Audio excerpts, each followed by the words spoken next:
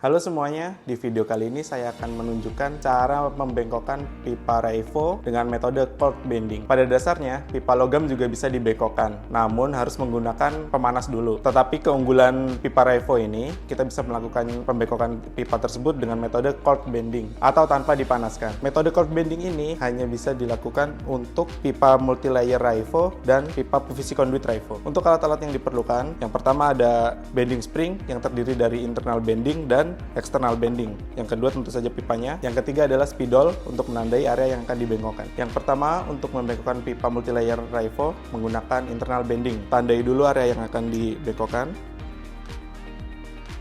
Masukkan internal bending. Lalu kita bengkokkan. Setelah selesai, kita keluarkan lagi internal bendingnya. Untuk selanjutnya saya akan menunjukkan yang menggunakan external bending. Kita tandai juga yang akan dibengkokkan, external bending ya.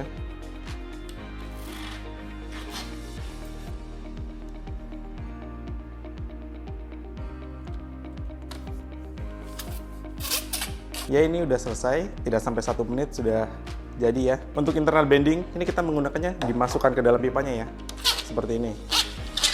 Ini untuk tekukan-tekukan yang pendek, ini lebih nyaman digunakan. Untuk external bending, ini pipanya yang kita masukkan.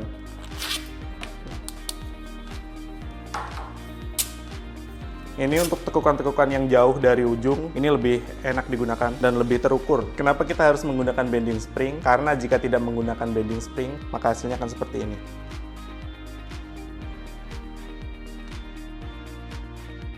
Ya, bisa kita lihat kalau tidak memakai bending spring, ini bisa jadi rusak ya pipanya. Ada garis di sini karena terjadi penyempitan. Kalau yang kita pakai bending spring, ini ukurannya tetap sama, lebih halus ya.